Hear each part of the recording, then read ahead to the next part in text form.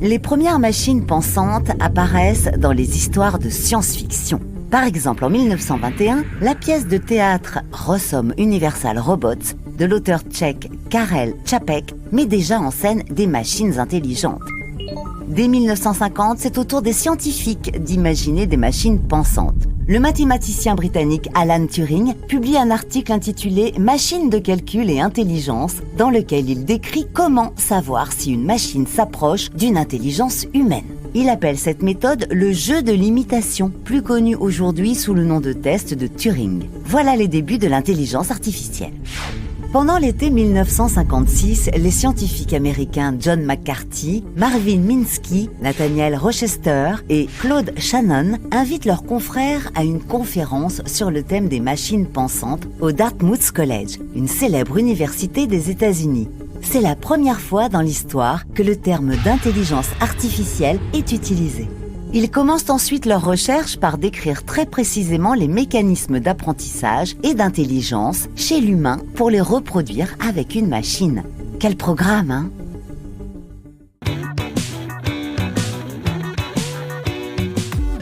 À partir de 1956, c'est l'essor de l'intelligence artificielle. Les projets fleurissent, stimulés par les débuts de l'informatique.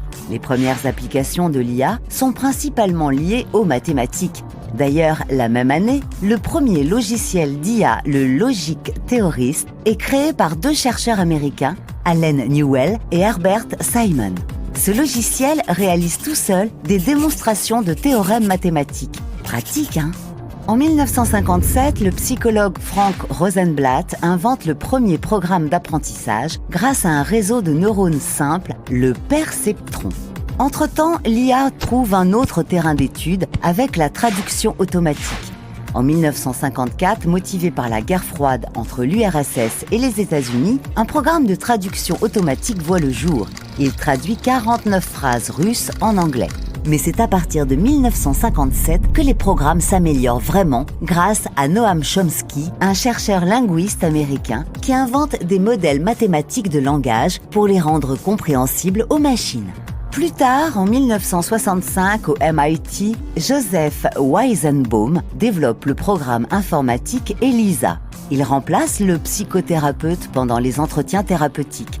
C'est aussi le premier programme qui réussit le test de Turing, mais seulement pendant quelques minutes avant que son identité de chatbot ne soit démasquée. Vous savez, un chatbot, c'est un peu comme Siri ou OK Google sur votre smartphone. Parallèlement, l'IA se répand dans la culture populaire. En 1968, elle apparaît dans le film 2001, l'Odyssée de l'espace de Stanley Kubrick. On y voit un ordinateur intelligent, HAL, capable de piloter un vaisseau spatial.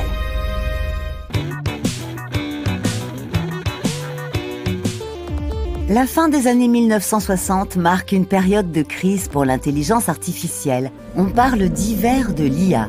La recherche s'effondre suite à la désillusion scientifique. Il faut dire que les machines sont loin d'avoir une intelligence humaine. Effet domino, les investissements s'écroulent à leur tour.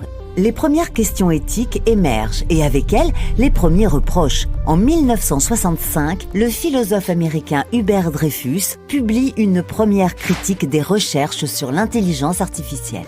Il conteste notamment le fait que l'intelligence soit réduite à un simple calcul et il souligne l'importance des émotions et du ressenti du cerveau humain. En 1973, le mathématicien britannique Michael James Littell émet lui aussi des critiques dans un rapport commandé par le Parlement britannique, avec pour conséquence le gel des financements européens pour l'IA. Cette période permet de revoir les objectifs à la baisse et d'établir des projets plus réalistes.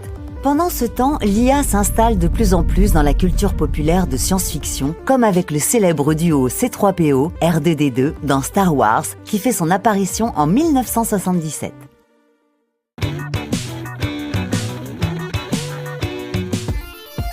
Dans les années 1980, les investissements repartent à la hausse et les recherches reprennent. C'est l'époque de ce qu'on appelle les systèmes experts. L'idée, c'est qu'une machine effectue les mêmes analyses qu'un expert humain dans un domaine bien précis, comme un diagnostic médical par exemple. Même si le premier système expert apparaît aux États-Unis en 1965, ce type de programme se développe surtout dans les années 1980. Ils servent dans la finance ou encore pour détecter des fraudes aux cartes de crédit. C'est aussi le moment où se développent les algorithmes d'apprentissage qui permettent aux programmes de traiter des problèmes plus complexes qu'avant. Mais à la fin des années 1980, l'intelligence artificielle vit une nouvelle crise. L'émergence des ordinateurs personnels oriente les financements dans l'informatique classique.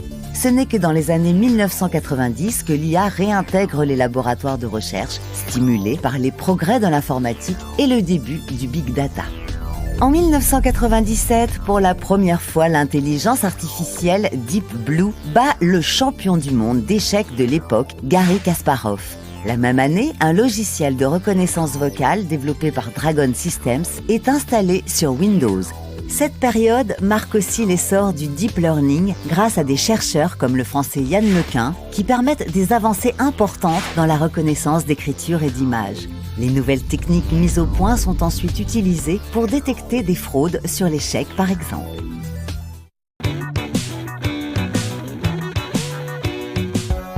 Au cours de la dernière décennie, l'intelligence artificielle prend un nouveau tournant. Et oui, la puissance de calcul des ordinateurs, la capacité de stockage et l'accumulation des données augmentent de façon extraordinaire. Les améliorations techniques développent ainsi la performance des algorithmes. C'est l'ère du deep learning. Par exemple, l'algorithme de reconnaissance faciale de Facebook, DeepFace, égale presque les performances humaines. Et l'IA ne s'arrête pas là. Que ce soit dans les voitures autonomes, la traduction simultanée d'une conversation ou encore les suggestions des moteurs de recherche, l'IA est partout. Elle commence même à porter une casquette d'artiste. Le programme Deep Dream analyse des images et grâce à l'entraînement de ses algorithmes, il est capable de les modifier. Le résultat a parfois des allures un peu psychédéliques. En octobre 2015, l'IA AlphaGo de Google bat pour la première fois le champion européen de Go.